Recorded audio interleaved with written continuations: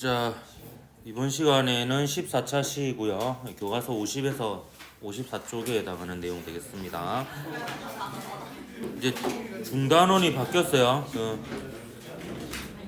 지난 시간까지가 이제 고전역학이라고 하면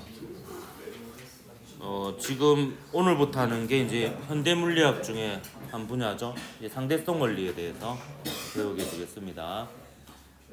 여러분 그 물리학원에서 배운 상대성 이론은 특수 상대성 이론이라고 해서 이제 특수한 경우, 그 특수한 경우가 뭐냐면 등속 직선 운동 하는 경우만 다루거든요.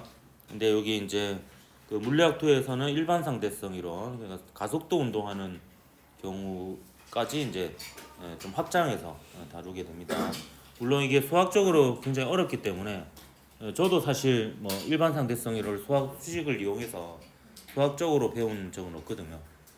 그래서 이제 대략적인 현상만 이렇게 배우게 되겠습니다.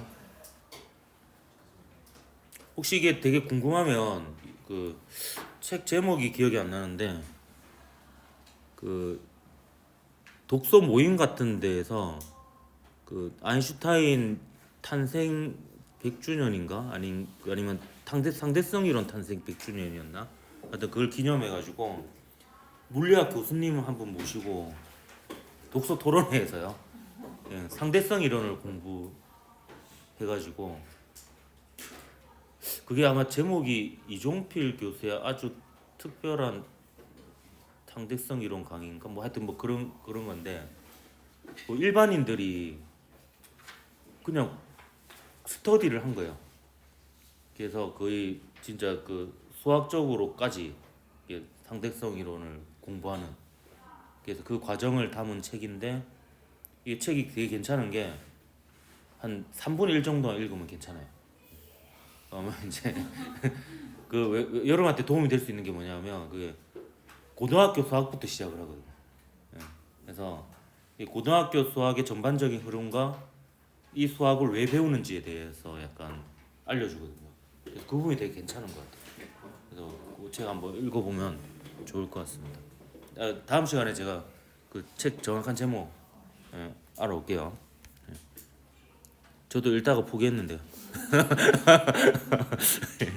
뒤로 갈수록 어려워가지고 뭐 여러분은 머리가 쌩쌩하니까 한번 도전해 보십시오. 시험 기간에 보면 굉장히 재밌습니다.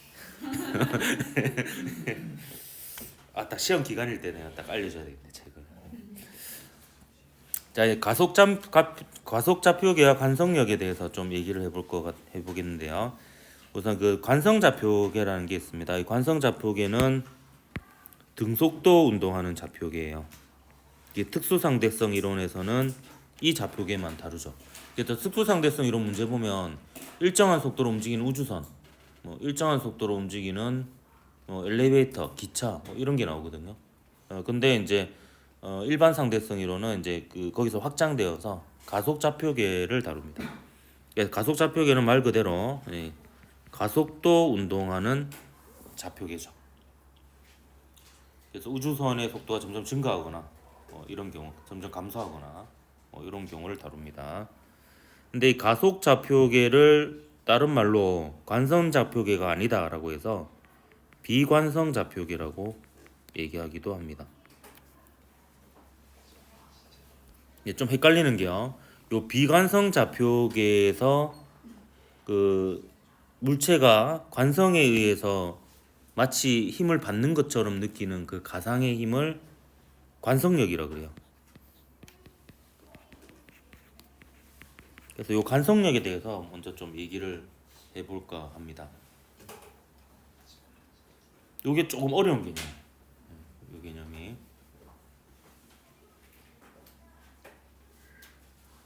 이 관성력은 뭐 일단 정의는 이렇습니다. 가속 좌표계에 있는 사람이나 물체가 관성에 의해 경험하는 가상의 힘입니다. 왜 가상의 힘이냐면 반작용이 없어요. 반작용이 없어요.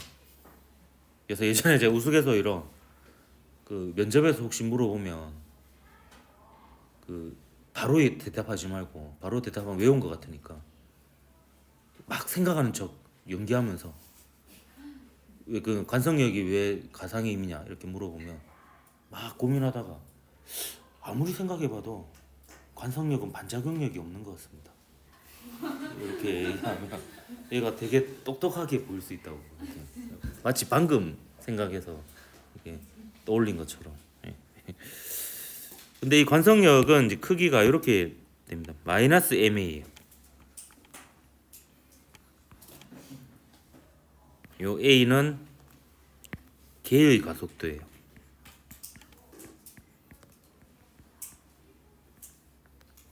그 도구 아니고요. 시스템.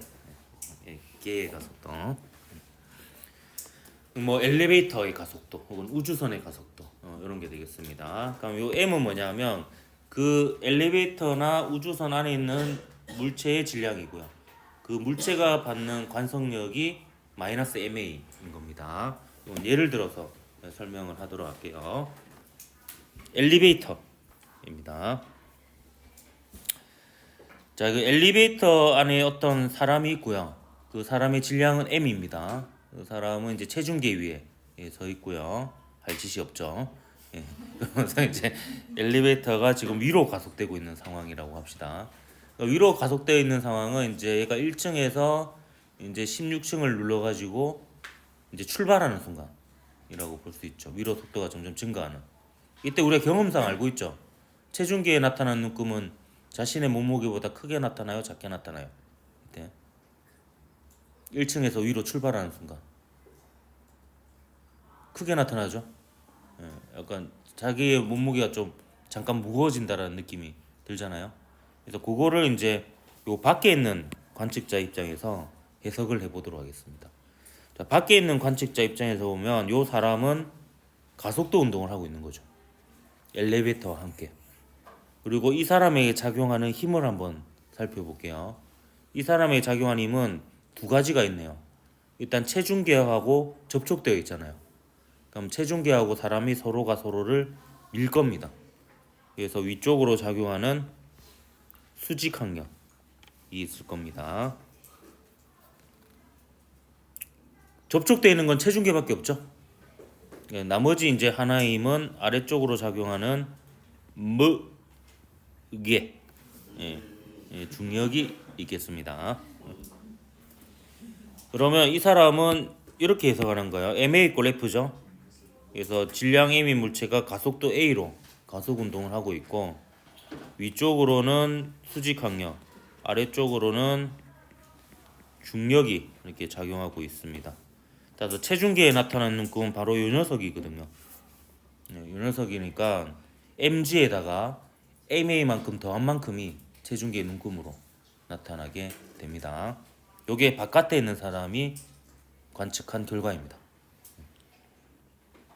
요게 이제 어찌 보면은 가장 노멀한 정상적인 해석 방법이죠. 자유낙하했네요. 자, 이번에는 관측자가 엘리베이터 안으로 들어갑니다. 관측자가 엘리베이터 안으로 들어갔어요. 그러면 이 관측자가 이 사람을 보면 가속도 운동합니까? 아니죠. 바로 옆에 정지해 있잖아요. 그러면 여기에 작용한 힘을 한번 표시해 보도록 할게요. 마찬가지로 접촉에 의한 힘이 있습니다. 체중계가 얘를 떠받치고 있겠죠. 자, 그 다음에 아래쪽으로 저거 사슬표를 잘못 그렸네. 사람 안에다 그려야지. 무게가 있고요. 그 다음에 가속하는 좌표계 안에는 가상의 힘이 작용한다 했잖아요. 마이너스 ma. 그러니까 a가 위쪽이니까 얘는 아래쪽으로 ma 작용하게 됩니다. 요게 이제 관성력이죠.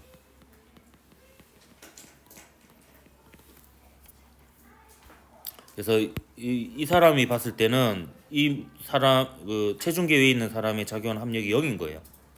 이거 위쪽으로 n 작용하고 아래쪽으로 무게하고 관성력 이렇게 작용하는 겁니다. 근데 이렇게 해석해도 체중계에 나타나는 눈금은 mg 더하기 ma로 mg 더하기 mg가 됐나? 맑은 거는 하나만 있으면 되죠. 상도덕이 어긋나네. 이렇게 되겠습니다. 마 해서 쫓아냈죠. 엔지 맑은 거를 마.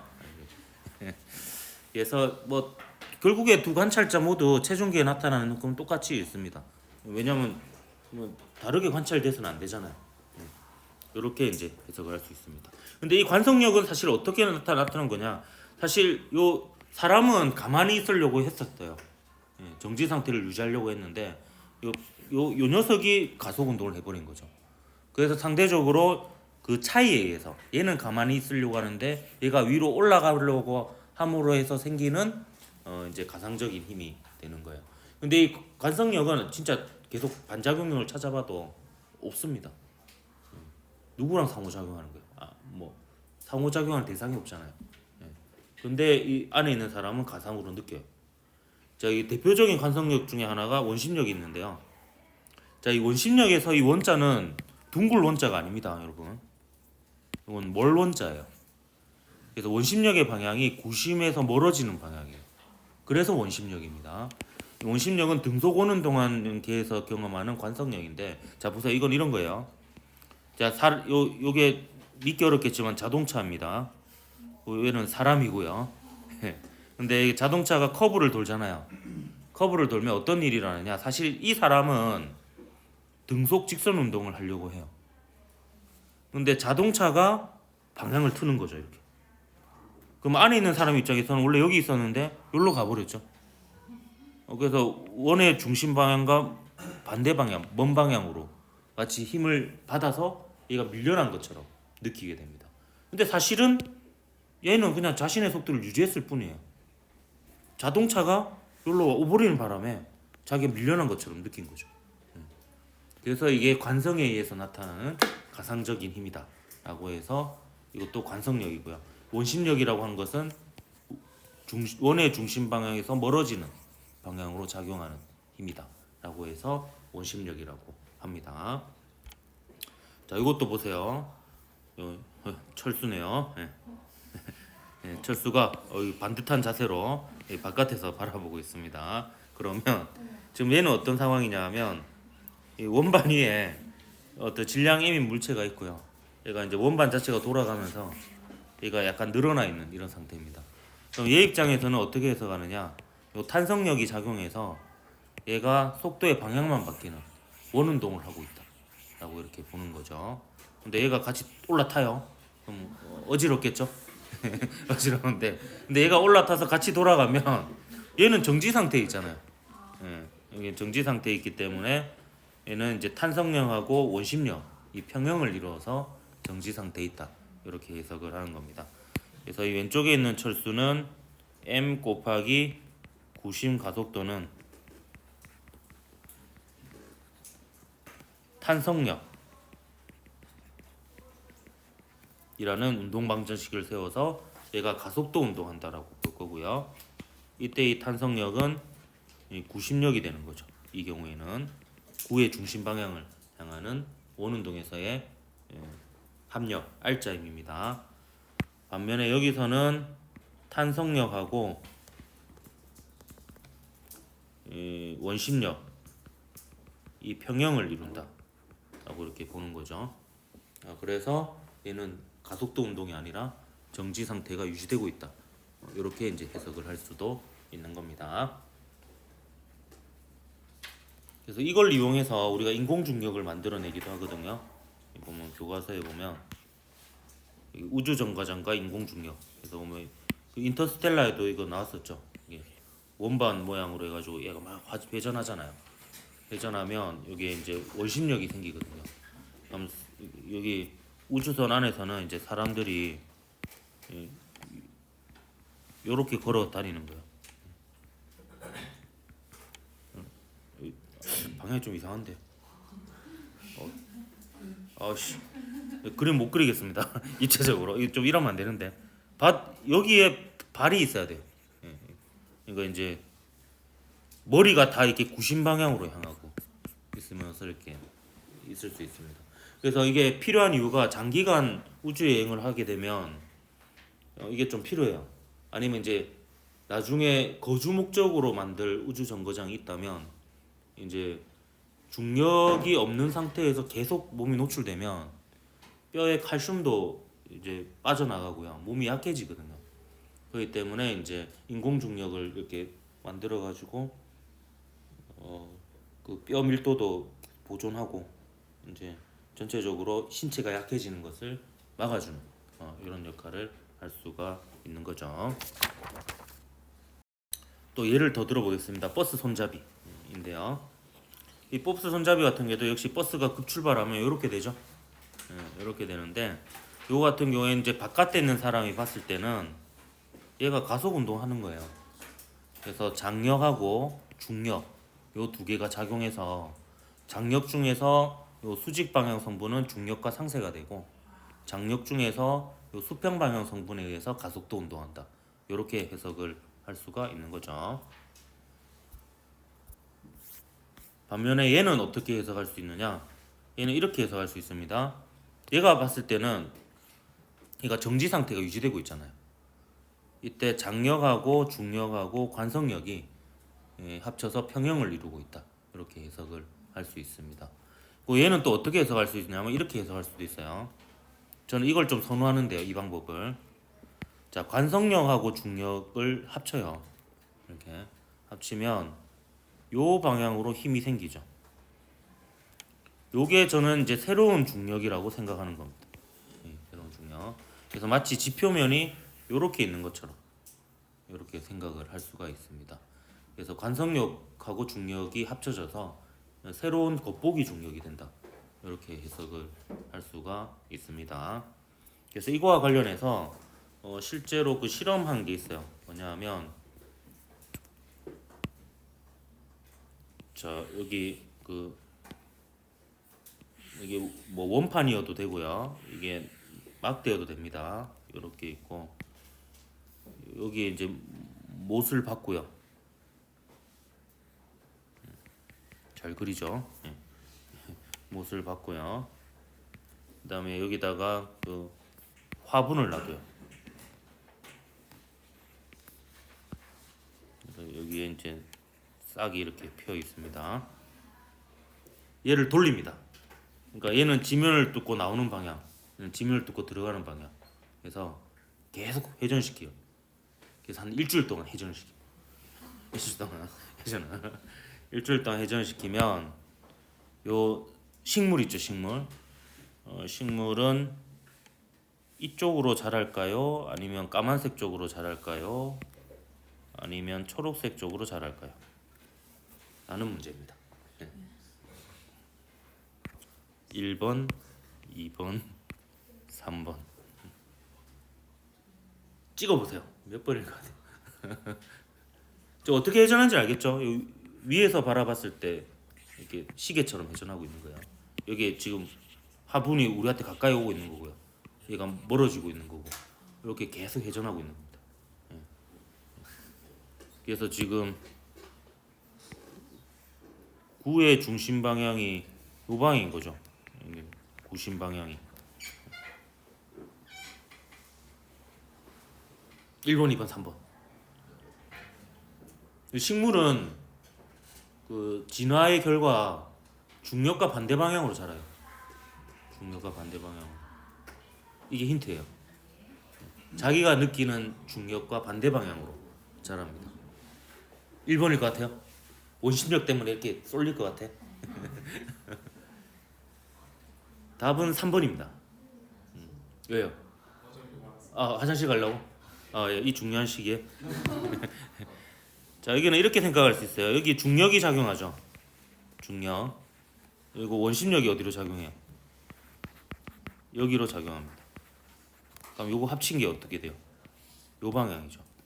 요게 겉보기 중력이에요. 그래서 땅이 마치 요렇게 있는 것처럼 됩니다. 그러면 이제 땅의 반대 방향으로 자라야 되니까 얘 입장에서는 땅이 요렇게 있고 중력이 요렇게 작용하고 있는 거예요. 그래서 중력과 반대 방향으로 자라야 되니까 3번 방향으로 자라게 됩니다. 그 가라고. 잠바람 들어가서 그래. 이게 원래 이 물리 시간은 먹고 자고 싸고가 다 되는 시간이죠. 이제 지난 시간에 먹고 자고 했으니까 이제 싸야지. 아, 미안, 이름 안 얘기했으니까. 이거 올려야 되는데. 상관없습니다. 네, 제 얘기 아니니까요. 네, 제 얘기 아니고 제 얘기죠. 예. 자, 등가올리 한번 얘기해 보도록 하겠습니다. 이 등가올리는 뭐냐면 가속 좌표계에서 나타나는 관성력 있죠. 관성력은 근본적으로 중력과 구별할 수 없다라는 겁니다. 이게 굉장한 이론인데요. 자, 이걸 설명하기 위해서 제가 철수를 또 소환해서 좀 희생시키도록 하겠습니다. 네. 철수가 있죠. 딱 봐도 표정이 지금 쫄아 있죠, 약간. 네, 좀 불쌍한 철수인데요. 자, 이 철수가 지구에서요. 우주선 안에 이렇게 있습니다. 얘를 사과를 던져봐요, 이렇게 수평으로. 그러니까 포물선을 그리면서 이렇게 움직이겠죠. 그래서 뭐 이렇게 갖고 놀고 있습니다. 예, 갖고 놀고 있는데 갑자기 뒤에서 영희가 살금살금 다가와서 철수의 뒤통수를 후려쳐버립니다. 그래서 기절을 시켜버려요. 기절을. 그리고 이 우주선은 최첨단 우주선이어서 이 창이 없어요. 밖을 밟을 수가 없고요. 그리고 진동이 없습니다. 그래서 얘를 철수가 기절한 사이에 출발시킵니다. 출발시켜서 이제 우주 공간으로 날아가요. 그리고 얘는 근데 진동이 없습니다. 아주 고급 우주선이거든요. 예. 그래서 얘를 정확히 가속도를 중력 가속도하고 똑같게 맞춰가지고 세팅을 합니다. 그 다음에 철수 얼굴에다가 찬물을 부어가지고 이제 깨워요. 깨워서 또 사과를 던져보라고 합니다. 그러면 사과는 똑같이 움직여요. 왜냐하면 마이너스 MA니까 아래쪽에 MG라는 똑같은 힘을 받아요. 그래서 모든 게 똑같이 일어나요. 그래서 지구에 있을 때랑 모든 게 다 똑같이 일어나요. 똑같이 일어나니까 이 철수가 과연 내가 지구에 가만히 있는 우주선에 있는 것인지 아니 우주 공간에서 가속도지로 가속 운동하고 있는 우주선에 있는 건지 알 방법이 없다라는 겁니다. 구별할 수가 없어요. 아인슈타인은 여기서 이제 더 나아간 거죠.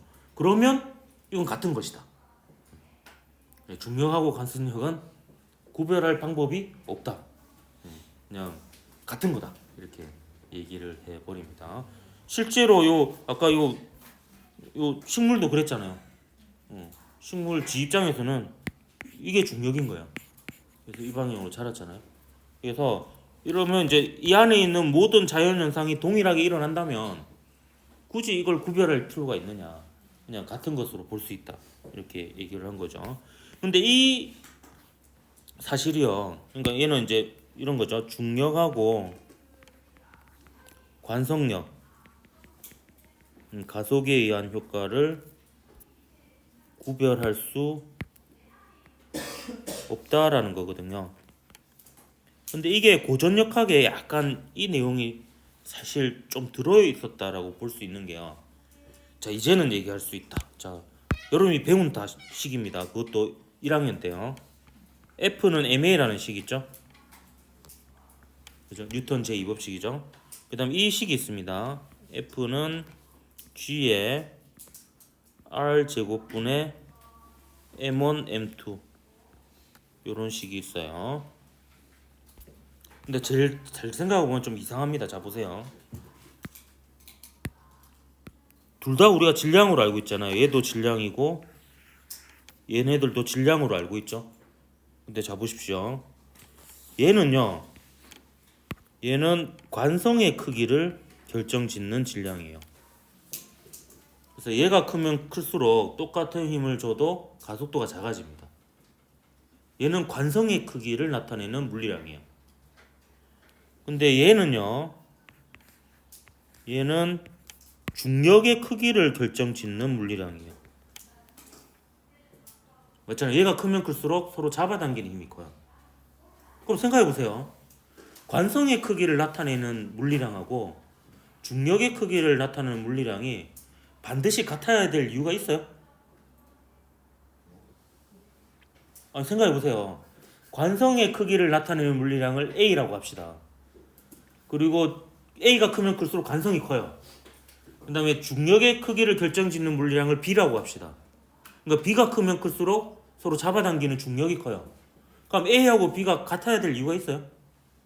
저로 사실 전혀 다른 성질의 크기를 결정짓는 물리량이잖아요.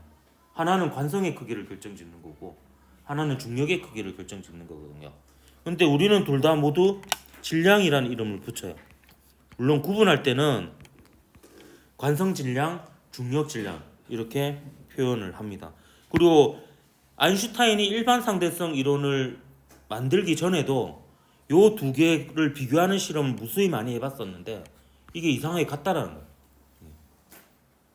근데 이게 이제 아인슈타인의 일반 상대성 이론에 이르러서야 이 의미가 이제 생겼다라고 볼 수 있어요. 관성력하고 중력을 구분할 수 없다라고 했잖아요. 그러면 이 두 질량이 어찌 보면 같을 수밖에 없는 필연적인 이유가 거기에 있다라고 볼 수도 있는 거예요. 그리고 관성력은 관성에 의해 나타나는 힘이거든요. 뭐 중력은 질량을 가진 물질끼리면 무조건 서로 잡아당기는 힘인데 이게 우연히 같다라는 건 이게 등가원리가 적용되려면 당연히 같아야 되는 상황이거든요. 그러니까 이제 요게 이렇게 다 이어진다 이렇게 볼 수가 있습니다. 되게 신기하죠. 저는 이거 처음에 생각했을 때 굉장히 신기했거든요. 생각해 보면 자신의 속도를 유지하려고 하는 성질하고 서로 잡아달리는 힘하고가 그 나타내는 물리량이 꼭 같아야 될 필요는 없거든요. 근데 이상하게 같고 그렇기 때문에 결국 이 두 개가 구분이 안 되는 거예요. 그래서 등가원리는 결국에 관성 질량, 중력 질량하고도 좀 관계가 있다. 이게 이제 같아야지만 이게 또 성립이 되는 거죠. 그래서 이 등가원리에 대해서는 다음 시간에 좀 더 자세히 다룰 건데요. 요건 뭐였지? 기억이 잘 안 나네. 생략할까요? 시간 지연. 이거는 뭐 약간 이런 거예요. 지금 보면 지금 A, B, C가 있는데요. 자 보세요. A는 지면에 있어요. 그리고 B, C는 원운동하고 있는 좌표계에 있습니다. 그리고 A가 바라봤을 때 B는 안 움직이는 거거든요. 왜냐하면 질량 중심은 그 자리에 있잖아요. 반면에 C는 움직여요. 그래서 C는 특수상대성 이론에 의해서 자신의 시간보다 느리게 가는 거예요. 반면에 이제 문제가 생기는 게 그럼 A하고 B는 같은 좌표계라고 볼 수 있거든요. 근데 이제 오류가 생기는 게 뭐냐면 특수상대성 이론만 생각하면요. B가 봤을 때 C는요. 또 정지해 있어요. 생각해보면. 그렇잖아요. 같이 타고 이렇게 보면 얘는 내 옆에 계속 있잖아요. 근데 특수상대성 이론에 의하면은 요 두 개는 같은 좌표계고 요 둘에 비해서 얘의 시간이 느리게 가야 되잖아. 뭐가 안 맞잖아요. 근데 이게 일반 상대성 이론을 적용하면 이 모순을 해결해야 됩니다. 일반 상대성 이론에 의하면 그 나중에 배우겠지만 가속 좌표계의 시간이 더 느리게 가거든요. 그럼 여기서 바라보면 얘는 원심력이 작용하는 위치죠. 그래서 얘 입장에서 보면 얘는 원심력이 작용하는 가속 좌표계인 거예요. 그래서 이제 시간이 더 느리게 간다. 이렇게 얘기를 할 수가 있습니다. 무슨 말인지 모르겠죠. 여기 보면 원반 밖에 정지해 있는 관찰자 A가 보면 C는 운동함으로 특수상대성 이론에 의해서 C의 시간이 A 시간보다 느리게 갑니다. 근데 A와 B는 상대적으로는 정지해 있죠. A와 B 사이에는. 그래서 A하고 B의 시간은 똑같이 흘러야 돼요. 따라서 B가 바라봐도 C의 시간이 B의 시간보다 느리게 가야 돼요. 근데 B가 보면 C는 정지해 있는 거잖아요. 그러면 특수상대성 이론을 적용하면 이게 모순이 생기는 거예요. 근데 하지만 B가 C를 볼 때는 관성력이 작용하니까 그 일반 상대성 이론에 의하면 아직 여러분이 안 배웠지만 관성력이 작용하는 그 공간이면 시간이 느리게 가야 되거든요. 그래서 가속 좌표계에 있는 관찰자는 관성력과 중력을 구분할 수 없으므로 중력이 시간을 천천히 흐르게 한다는 결론을 낼 수 있다. 그래서 이게 중력이 작용하는 공간에 시간이 천천히 갈 수밖에 없다라는 것을 또 달리 이렇게 표현해주는 이런 얘기. 이게 모순이 안 일어나려면 얘가 봐도 시간이 느리게 간다면 얘가 봐도 시간이 느리게 가야 된다는 거야. 그럼 해석할 수 있는 방법은 얘가 봤을 때에는 가속 운동을 하는 거고 가속 운동하는 좌표계가 시간을 느리게 간다. 이렇게 해석할 수 있다는 거예요. 그 쌍둥이 해설도 일반 상대성 이론을 해결합니다. 쌍둥이 해설이 뭐였어요? 이제 쌍둥이 A, B가 있을 때 A는 지구에 있고 B는 우주선 타고 나가잖아요. 근데 A가 봤을 때는 B가 움직이지만 B가 봤을 때는 A가 움직이잖아요. 그럼 서로 상대방이 느리게 가니까 이 뭐가 모순 아니냐. 근데 만났을 때 어때요? 그 B가 결국에는 시간이 느리게 가거든요. 왜냐하면 B는 결국에는 우주선의 방향을 돌려서 다시 돌아와야 돼요. 그러니까 B가 가속도 운동을 하는 거예요. 그렇기 때문에 일반 상대성 이론에 의하면 가속도 운동하는 B가 시간이 느리게 가야 된다. 이렇게 얘기를 할 수가 있는 겁니다. 근데 특수 상대성 이론에서는 서로의 시간이 느리게 간다라고 할 수 있는 이유가 뭐냐면 등속 직선 운동이 유지된다면 영원히 만날 수가 없어요. 근데 만나서 확인할 길이 없기 때문에 서로의 주장이 다 맞아도 모순이 없습니다. 근데 만나려면 누군가는 방향을 틀어서 와야 돼요. 그러면 그 녀석의 시간이 느리게 가게 되는 겁니다. 일반 상대성 이론에 의해서.